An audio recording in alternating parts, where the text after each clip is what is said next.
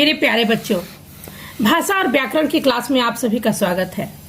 आइए आज हम जानते हैं छंद के बारे में। ठीक है, छंद क्या है? हिंदी साहित्य कोश के अनुसार अक्षर, अक्षरों की संख्या एवं क्रम, मात्रा गणना तथा यति, गति आदि से संबंधित विशिष्ट नियमों से सुनियोजित पद रचना छंद कहलाती है। छंद का शाब्दिक अर्थ है बंधन। अतः वर्ण, गति, विराम, मात्रा, तुक आदि नियमों पर आधारित शब्द रचना को ही हम छंद कहते हैं। ठीक है, अब छंद के प्रकार हम जानेंगे कि छंद के प्रकार कितने होते हैं। इसके तो अनेक प्रकार होते हैं, लेकिन यहाँ पे 3 प्रकार का यहाँ वर्णन किया गया है: मात्रिक छंद, वर्णिक छंद और वर्णिक वृत्त छंद। ठीक है, मात्रिक छंद को हम देख लेते हैं। मात्रा की गणना पर आधारित छंद मात्रिक छंद कहलाते हैं। इसमें वर्णों की संख्या भिन्न हो सकती है, परंतु उसमें निहित मात्राएं नियमानुसार होना चाहिए। अब वर्णिक छंद में केवल वर्ण गणना के आधार पर रचे गए छंद वर्णिक छंद कहलाते हैं।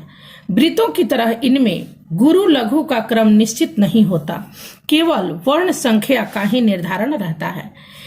इनके 2 भेद हैं, साधारण और दंडक। आइए देखते हैं साधारण छंद में क्या है। 1 से 26 वर्ण वाले छंद साधारण होते हैं तथा 26 से अधिक वर्ण वाले छंद क्या होते हैं? दंडक होते हैं। तो हिंदी के घनाक्षरी, रूप घनाक्षरी और देव घनाक्षरी वर्णिक छंद हैं। अब हम वर्णिक वृत्त की बात करेंगे। वर्णिक वृत्त क्या है? वर्णिक छंद का एक क्रमबद्ध, नियोजित और व्यवस्थित रूप वर्णिक वृत्त को होता है।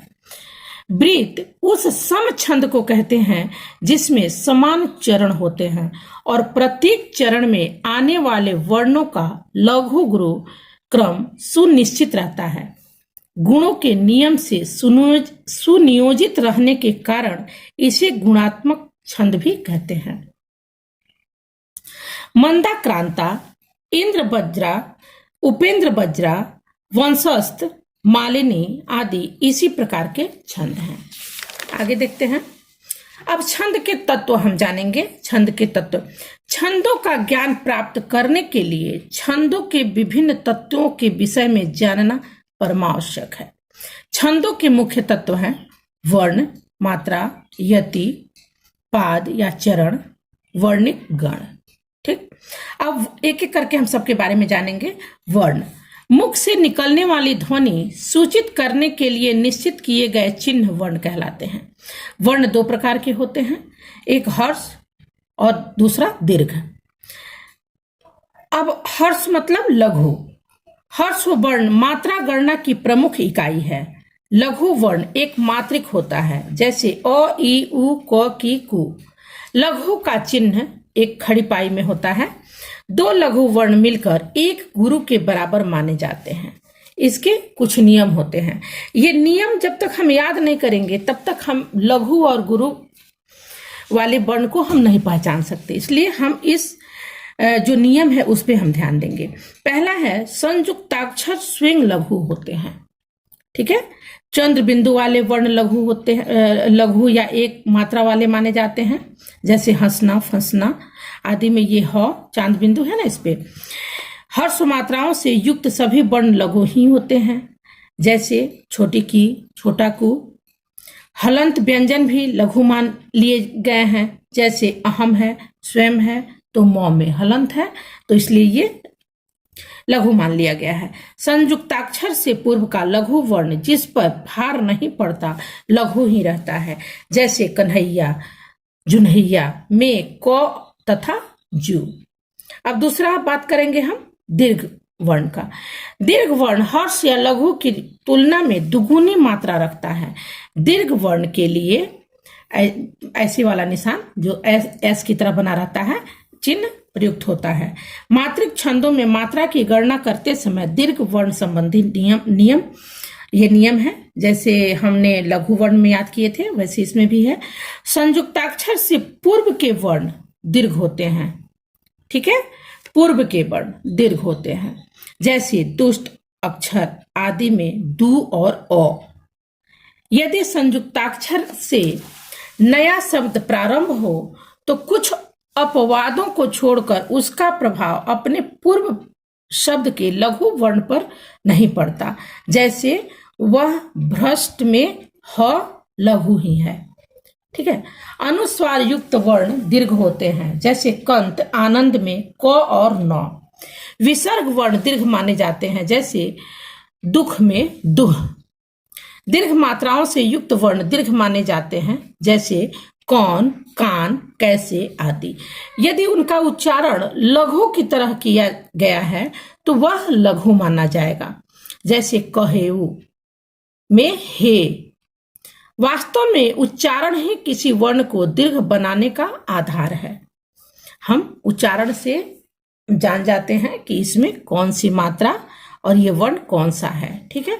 कभी कभी चरण के अंत में लघु वर्ण भी विकल्प से दीर्घ मान लिया जाता है, जैसे लीला तुम्हारी अति ही विचित्र में त्र क्या है, दीर्घ है।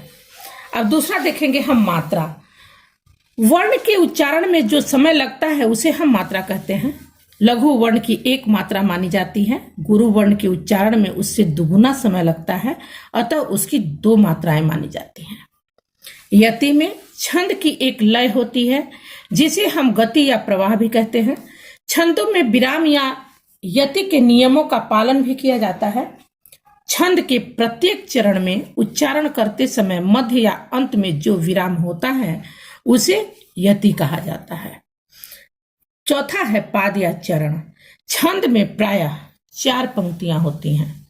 छंद की एक पंक्ति को पाद कहते हैं। इसी पाद को उस छंद का चरण कहा जाता है। पहले तथा तीसरे चरण को विषम तथा दूसरे और चौथे चरण को सम चरण कहते हैं। ठीक। अब 5वां है इसका वर्णिक गण। वर्णिक वृत्तों से वर्णों की व्यवस्था तथा गणना के लिए 3-3 वर्णों के गण समूह बनाए गए हैं। इन्हें वर्णिक गण कहते हैं।